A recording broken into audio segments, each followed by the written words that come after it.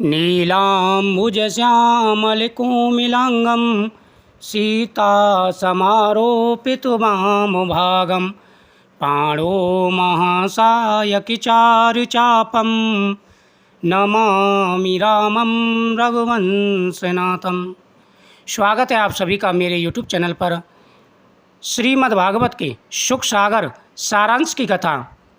देवऋषि नारद जी उस स्त्री के यह वचन सुनकर कहने लगे कि मैंने पूछा कि हे देवी, तुम कौन हो, और ये दो पुरुष जो अति अचेत पड़े हैं सो ये कौन हैं, और कमल समान नेत्रों वाली स्त्रियां जो तुम्हारे समीप बैठी हैं सो ये कौन हैं, और तुम्हारे दुख का कारण क्या है। यह सुनकर के बाला बोली कि मैं भक्ति हूँ। ये दोनों अचेत पड़े हैं सो मेरे पुत्र ज्ञान और वैराग्य नाम वाले कुछ समय के प्रभाव से वृद्ध हो गए हैं, और जो ये स्त्रियां हैं वे गंगा आदि नदियां मेरी सेवा करने के लिए यहाँ पर आई हैं, और यद्यपि देवता मेरी सेवा करते हैं तथापि मुझको कोई भी कल्याण का साधन नहीं देख पड़ता। हे तपोधन, इस समय चित्त लगाकर मेरी बात सुनो। मेरी कथा बहुत बड़ी है, उसको ध्यानपूर्वक सुनो। द्रविड़ देश में उत्पन्न होकर मैं कर्नाटक देश में वृद्धि को प्राप्त हुई, यानी द्रविड़ देश में मेरी उत्पत्ति हुई और मैं कर्नाटक देश में वृद्धि को प्राप्त हुई, यानी बड़ी हुई।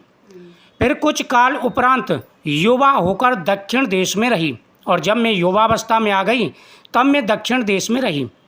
वहाँ से गुजरात महाराष्ट्र देश पहुँची, वहीं वृद्ध हो गई। वहाँ से जैसे मैं गुजरात पहुँची, थोड़ी सी अवस्था कम हुई, फिर महाराष्ट्र में आकर के मैं वृद्ध हो गई। वहाँ घोर कलयुग के योग के से लोगों का द्वारा पाखंडों से खंडित शरीर वाली में पुत्रों सहित दुर्लभ हो गई, यानी मैं ऐसे राज्य में पहुंच गई यहाँ पर चारों तरफ पाप ही पाप था, और उनके पापों के कारण मेरा शरीर खंडित हो गया और मैं अपने पुत्रों के साथ दुर्बल हो गई, यानी कमज़ोर हो गई। इस समय विचरते विचरते वृंदावन में आई तो फिर पहले के समान ही युवा और सुंदर रूप वाली हो गई, और जैसे ही मैं वहाँ से निकल करके वृंदावन में आई, वृंदावन में आकर के मैं दोबारा से सुंदर और युवा हो गई। परंतु ये मेरे दोनों पुत्र परिश्रम के मारे दुखित और अचेत पड़े हैं, इस कारण इनके दुख से मैं महादुखित हो रही हूँ। हम तीनों सदा एक साथ रहते हैं, परंतु इस विपरीतता के कारण बड़ा संकट है। यद्यपि माता वृद्ध होवे और पुत्र तरुण होवे तो ठीक है, परंतु ये तो उल्टी बात हो गई, यानी वृंदावन में आके जो भक्ति वो तो जवान है गई, और जो उसके बेटाए ज्ञान और वैराग्य वे बुढ़े हो गए। तो वृंदावन में सिर्फ भक्ति चलती है, ज्ञान और वैराग्य वो नहीं चलते, ना अभिमान चलता है।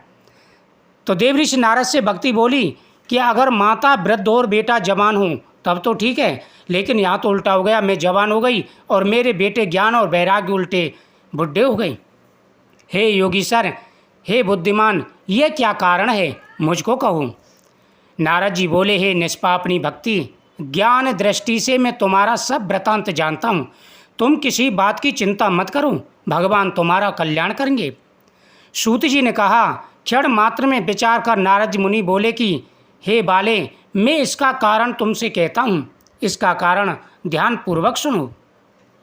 इस समय महाघोर कलयुग प्रारंभ है, इस कारण सदाचार, योग, मार्ग और तप सब लोप हो गए हैं, यानी कलयुग लग चुका है, और कलयुग में योग, सदाचार, मार्ग और तप सब लोप हो जाते हैं। इस कलयुग में साधुजन कलेश पाते हैं, यानी जो साधु होते हैं कलयुग में वह दुख को प्राप्त होते हैं, और असाधु जन प्रसन्न रहते हैं, और जो साधु नहीं होते, पाखंडी होते हैं, उनका ही राज कलयुग में चलता है। इस कराल कलकाल में शेष जी को भार रूपी पृथ्वी अब छूने और देखने योग्य नहीं रही, और प्रतिवर्ष क्रम क्रम से ऐसी होती जाएगी। कहीं भी मंगल नहीं दिख पड़ेगा, और अब कोई भी मनुष्य ना तो तुमको देखता है, ना तुम्हारे पुत्रों की ओर दृष्टि देता है। सब लोग पुत्र, स्त्री और धन आदि के अनुराग में अंधे हो रहे हैं और तुम्हारा आदर नहीं करते। इस कारण तुम्हारा जर्जर अवस्था हो गई तथा तुम्हारा शरीर दुर्बल हो गया है। वृंदावन के सहयोग से अब फिर तुम नवीन तरुण हो गई हो। इससे यह वृंदावन धन्य है जहाँ भक्ति का सदा वास रहता है।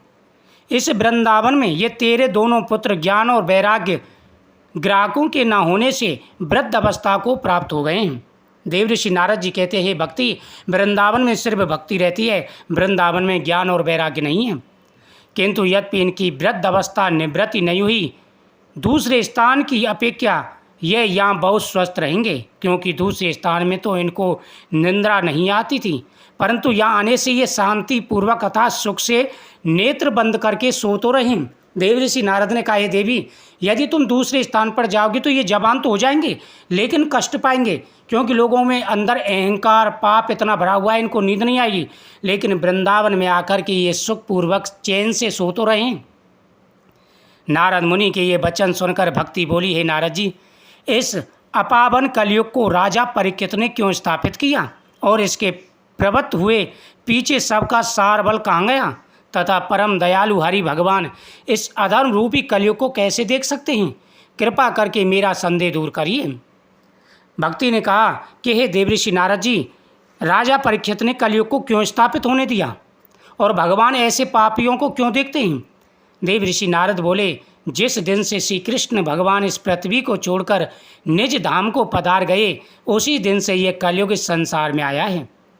दिग्विजय के समय में राजा परीक्षित ने इस कलयुग को गौ रूप पृथ्वी और वृषभ रूप धर्म के पीछे मारने की इच्छा से दौड़ता हुआ देखा, तब राजा परीक्षित ने इसको अपने शरणागत जानकर छोड़ दिया था। यह कलयुग नाना प्रकार के अवगुण का धाम है, परंतु एक गुण इसमें उत्तम है कि जिससे राजा परीक्षित इसको अपराधी जान करके भी छोड़ दिया। वह गुण है कि दूसरे युगों में तप योग समाधि द्वारा जो फल प्राप्त होता था, दुर्लभ था, वह फल इस कलयुग में केवल भगवान के नाम लेने से ही प्राप्त हो जाता है। यह सत्य जान करके राजा परीक्षित ने इसको छोड़ दिया था कि पहले समय में जो लोग हजारों वर्ष तक तपस्या करते थे, लाखों वर्ष तक तपस्या करने से जो फल प्राप्त होता था, कलयुग में केवल भगवान के नाम उच्चारण से ही वह फल प्राप्त हो जाता है, जिसमें केवल भक्ति ही साधन है और ज्ञान वैराग जिसमें नीरस है। इस अवगुण युक्त कलयुग में केवल एक शुभ गुण देकर राजा परीक्षित ने कलयुगी के कल्याण के निमित्त इसको स्थापित रखा है, परंतु कलयुग वासियों से साधारण कर्म भी नहीं हो सकते। इस कारण कलयुग ने सबका कर्म और धर्म नष्ट कर दिया है। कुकर्मों के आचरण से सबका सारांश निकल गया, सभी अधर्म में लगे हुए हैं। पृथ्वी में पदार्थ बीजहीन भूसे के समान उत्पन्न होने लगे हैं। हे देवी, यह मनुष्यों का दुर्भाग्य है जो कलयुग में भगवान साधारण तरीके से भी प्रसन्न हो जाते हैं, वह भक्ति भी लोगों से नहीं करी जाती।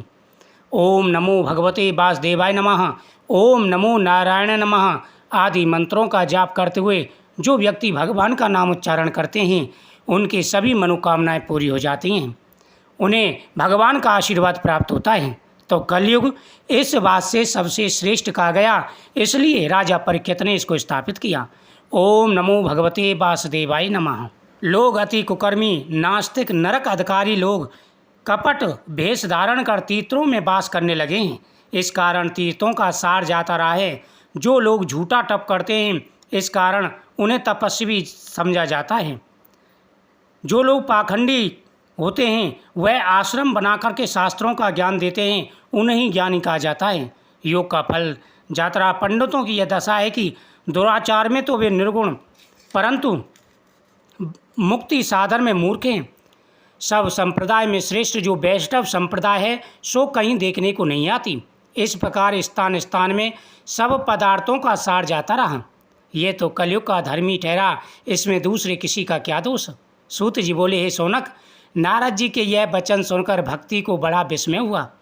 वह बोली, हे देवऋषि, मेरे भाग्य से ही आप इस स्थान पर पधारे हो। आप सरी के साधुओं का दर्शन लोक में संपूर्ण सिद्धियों को देने वाला है। हे ऋषि, बार बार नमस्कार हैं। मैं विनती करती हूँ कि आप कृपा करके मेरे पुत्रों को पहले जैसा स्वस्थ कर दीजिए। कोई ऐसा साधन बताइए जिससे मेरे पुत्र पहले जैसे स्वस्थ हो जाएं।